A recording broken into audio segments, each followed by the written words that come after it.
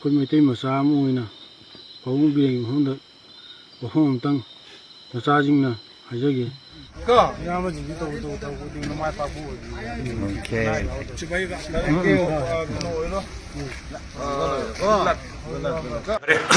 나가이디 얘기하기 뭐 그때 레벨이나 파다는 데 토코서 하이방 가면 되고 아주나 지나가도 하자버네 또 같이 셰프에 다도에 하여 셰프에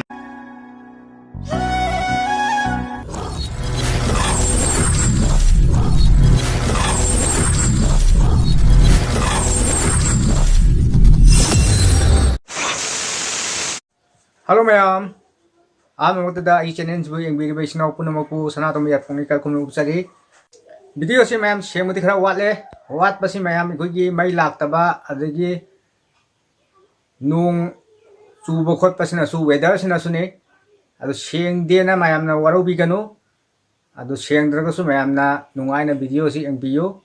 sige tamagta su ma'am na nga pigani, ay nga si puro lak sa video si, ma'am na tamen do budus to kambira mani, army ki recruitment yaw ni na chat kiba, ikugi sino hum, amana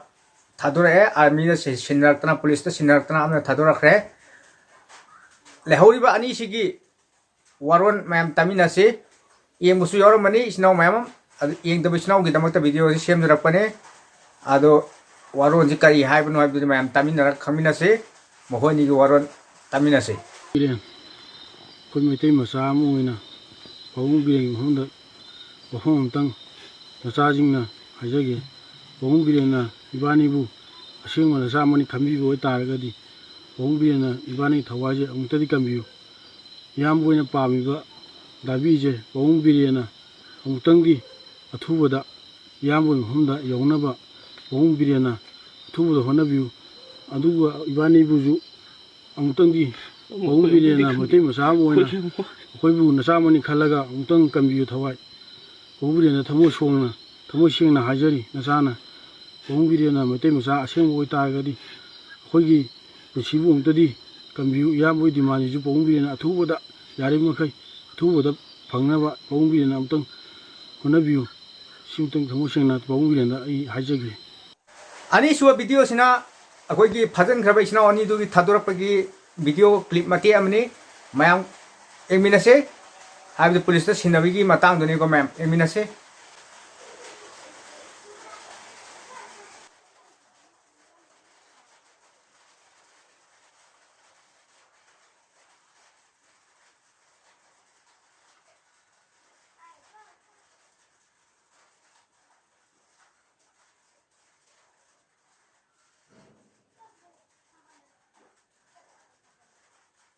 Ishamak Kaipu Singhau Kaujai, Kotu Committee on Tribal Unity, Kangpupi Cedar Hills ki spokesperson amani, ngasi ki ayuk kasida, Kotu na thamjaba wafam, nataga warip, da loina na, hoigi Kangpupi ki district ta Imphan Manipur dagi changakpa naha ahum ki matang da Kotu na haibagum na hoigi thamjaba wafam do. Ngasi ayuk sida akhoi gi Kangpupi gi SP yaunana Assam Rifle ga loinana akhoi gi promise to cap to bo haibase phongdok ko ina thabak ase pangthok charani haibase thamjaningi akhoi gi kuki volunteer singna noibo misam ne haibadagi akhoi gi khutta leibada noida ati kakai nakaga nungai taba kai wafam lei le phoi gi lemina ba jing am rum ti taw ye samana do Okay, inaw na di kamning do pum labor abi matang da chaman nei ka okay sinaluna sana manaw to banaw gumna okay loina na numit khara akhoi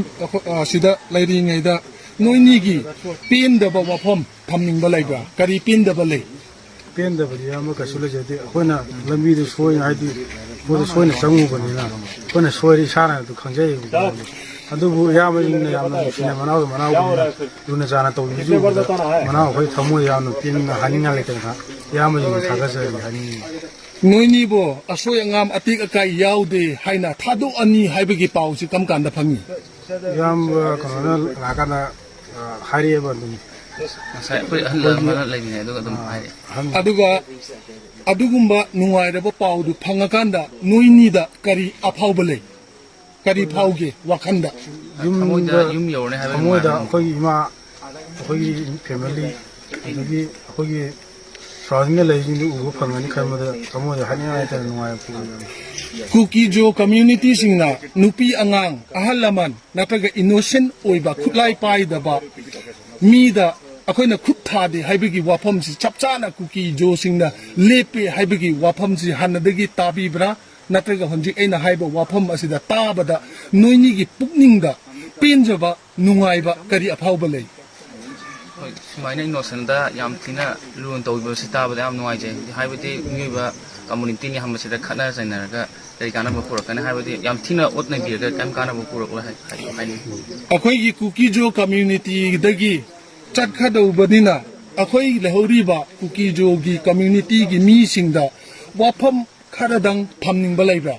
ꯌꯥꯝꯕ ꯉꯁꯤ ꯑꯩꯈꯣꯏꯅ ꯉꯁꯤꯗꯒꯤ ꯌꯨꯝꯗ ꯑꯩꯈꯣꯏꯅ ꯍꯜꯂꯛꯀꯗꯕ ꯃꯇꯝ ꯑꯁꯤꯗ ꯑꯩꯈꯣꯏꯅ ꯆꯤꯡꯒꯤ ꯏꯆꯤꯜ ꯏꯅꯥꯎ ꯀꯨꯀꯤ ꯏꯆꯤꯜ ꯏꯅꯥꯎꯁꯤꯡꯗ ꯑꯩꯈꯣꯏꯅ ꯍꯥꯏꯅꯅ ꯃꯆꯥ ꯃꯅꯥꯎ ꯑꯃ ꯑꯣꯏꯅ ꯑꯩꯈꯣꯏꯅ ꯍꯥꯏꯖꯅꯤꯡꯕꯗꯤ ꯆꯤꯡꯒꯤ ꯑꯩꯈꯣꯏꯒꯤ ꯀꯨꯀꯤ ꯏꯆꯤꯜ ꯏꯅꯥꯎꯁꯤꯡꯅ ꯇꯧꯕ ꯊꯕꯛ ꯈꯨꯗꯤꯡꯃꯛꯇ ꯃꯥꯏ ꯄꯥꯛꯄ ꯌꯥꯏꯐꯕꯇ ꯑꯣꯏꯁꯅꯨ ꯑꯩꯈꯣꯏꯒꯤ ꯃꯆꯥ ꯃꯅꯥꯎꯗꯨꯅ ꯂꯨꯅ ꯆꯥꯟꯅ ꯇꯧꯕꯤꯕ ꯁꯨꯃꯥꯏꯅ ꯃꯇꯨꯡ ꯇꯥꯔꯛꯄꯗꯁꯨ ꯁꯣꯏꯗ ꯉꯥꯝꯗꯕ ꯍꯥꯏꯗꯤ ꯏꯌꯥꯝꯕꯁꯤꯡꯗ ꯑꯅꯥ ꯑꯌꯦꯛ ꯌꯥꯎꯗꯅ ꯌꯥꯏꯐꯕ ꯁꯤꯁꯦ ꯍꯥꯏꯖꯅꯤꯡꯉꯤ aroiba wahang oina maitai macha ama Kukigi lamda landa asida changak khibada noini gi thajabagi wangmada Kukijo community singna noibu thaduk lakpa haibasi nasa noini na akhoi gi maitai community da kari wafam phongdok ningi Aku ahan bah, saya aku jadi aku kau je mang ani hai beti thaja badum song alai hai ta. Atu ka sumainya kalani kolani kain hai rak kodok yang mana am nuai itu. Am atu belum tu thaga sani. aduga ina oni da aroiba da ina thamjaning ba wafam si video namakpa sakmai sida lepiba alaman singja noini na akoi si committee on tribal unity ne haibasi khangbiba ꯈꯤꯇꯪ ꯍꯥꯏꯔꯒ Kotu di tai ko. kotu haibasi tai ko kotu haibasina akoi wafam pirip si leptuna noini bu kannanaba numit marini mangani manung asida chelaga sugadoba tawgadoba thabak mayam di tawe haibasi inaw anina chapchana khangbinaba haijari ka ꯏꯌꯥꯝꯕꯁꯤꯡꯁꯤ ꯇꯧꯕ ꯈꯨꯗꯤꯡꯃꯛ ꯃꯥꯏ ꯄꯥꯛꯄ ꯑꯣꯏꯕꯤ Okay. chibaiga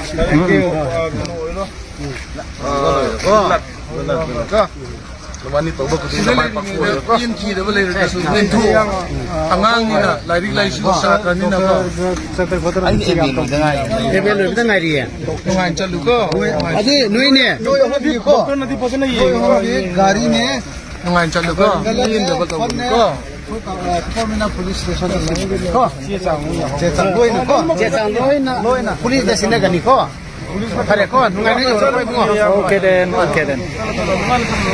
See, this is the way how. Makha tawa mo yung minase video mo ko ma'am. Hello ma'am. Ahum so video mo yung minase. Video si jo khara share mo di wala ni ma'am sige damakta ngakpi gani agi viewer singna agi video yung video bisnaw singna adu nong su na si dum ngarang nandegi dum suro dum lae ko ma'am. Left te adu sound nungai traga su ma'am adu gi damakta su ngakpi gani ahum suba video yung minase ahum suba video sina koi gi maitai sinaw haip tare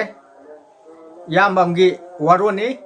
adu kari hai mo warona sidi mayam taraga punna khamina se miyeng tamina se ꯌꯥꯏꯐꯔꯦ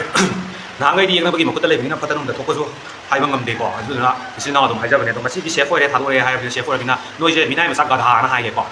ꯀꯩꯒꯤꯅꯣꯗ ꯉꯁꯤ ꯅꯣꯏ ꯊꯥꯗꯣꯔꯛꯄ ꯃꯇꯝꯗ ꯅꯣꯏꯅ ꯍꯥꯏꯔꯝꯃꯦꯕ ꯀꯨꯀꯤꯒꯤ ꯏꯌꯥꯝꯕꯁꯤꯡꯅ ꯇꯧꯔꯨꯕ ꯈꯨꯗꯤꯡ ꯃꯥꯏ ꯄꯥꯛꯄ ꯑꯣꯏꯌꯣꯅ ꯍꯥꯏꯔꯝꯃꯦꯕ ꯃꯥꯏ ꯄꯥꯛꯇꯣꯏꯁꯦ ꯀꯩꯅꯣ ꯀꯨꯀꯤꯒꯤ ꯅꯣꯏꯅ ꯏꯌꯥꯝꯕꯁꯤꯡꯗꯣ ꯑꯗꯨꯒ ꯂꯥꯟ ꯊꯣꯛꯅꯔꯤꯕ ꯊꯋꯥꯏ ꯊꯥꯡꯗꯣꯛꯑꯒ ꯂꯥꯟ ꯀꯥꯞꯅꯔꯤꯁꯦ ꯃꯩꯇꯩ ꯃꯆꯥ ꯑꯩꯈꯣꯏ ꯉꯥꯛꯇꯅꯦꯕ ꯈꯪꯉꯕ ꯑꯗꯨꯗ ꯃꯣꯏꯗ ꯃꯥꯏ ꯄꯥꯛꯄ ꯑꯣꯏꯔꯒ ꯅꯪꯒꯤ ꯅꯆꯤꯜ ꯏꯅꯥꯎ ꯃꯩꯇꯩ ꯃꯆꯥꯁꯤꯡ ꯁꯤꯔꯣꯅ ꯕꯣꯔ ꯄꯤꯊꯣꯛꯑꯝꯃꯒ ꯀꯨꯀꯤ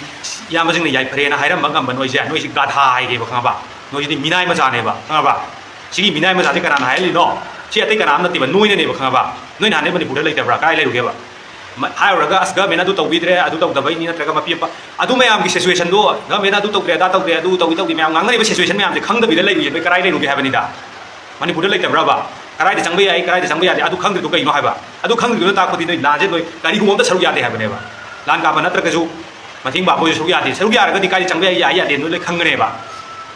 ꯀꯨꯀꯤꯅ ꯀꯩꯝ ꯐꯨꯔꯛꯇꯦ ꯀꯩꯝ ꯇꯧꯔꯛꯇꯦ ꯍꯥꯏꯕ ꯅꯠꯇ꯭ꯔꯣ ꯇꯧꯔꯝꯃꯔꯣꯏ ꯅꯣꯏ ꯀꯗꯥꯏꯗ ꯂꯩꯔꯨꯒꯦꯕ ꯅꯍꯥꯟꯗꯒꯤ ꯅꯣꯏꯒꯤꯗꯃꯛꯇ ꯕꯟ ꯇꯧꯗꯅ ꯇꯧꯕ ꯅꯨꯃꯤꯠꯇꯨꯗ mi kaya sarah hilang meni khang bro nong mai chara tan jabu sing ko nong ban dong bukan da chara kyam heli khan bro katha ja adu de hen doctor wa ana ba ko khala ko do noi ki dam ta ban dong da yong ana ba do ko soi ni khanga ba adu khoi wa am ta ngang na tra ba ni noi na katha su ba da gi ngasi khoi na katha hai je kana tholi no noi na chan thon ma ni khanga ba ni ngon na tai na ga dong ha ra lai ta lai ra ki wa ba ki thabak thim sa ba ni lai ta lai ra ga ne lan ka pi se ha jing nong ma ga lai bai chin long ni ko lai ta lai ra ga ta ni ai sa du lan mi ni ai sa du lai ta lai ra ni ai thabak kem dong ba ni khanga ba Cing cara boleh kita nak kujuari ni, cara hele lan kap ni. Cina mayam madum thangwi lo ko, gadha ni, mui je ko. Hausi si lan kap mayam nong merti lan ngai ko, ayu lan ni mana ni. Adu lagi di cina nong merti lan ngai mayam sida atau bahaya kita buat noi dah tahu bahaya putih, mayam happy rakan. Cini mina macam gadha. Video si losin jere mayam, adu video si kamai tahu hebdul mayam na comment happy ramo. Bro ani ya tare fazal raga thadurak pagi moina aibde mayam da media da hojik kan bayen oi da mayam cookies now sing da thamambo wafam do adu summi amasung lali habdu di mayam na comment da thambiramo habdu mayam da thamjege aina kari budi haurni ai gi channel asiba no busambira page now subscribe to biramo aduga video asibu mayam hobudi loibo yangbiro aduga nungai mayam like am to biramo adu mathang su nungai video pur laksage adu bodi mayam ngai biramo okay bye bye thank for watching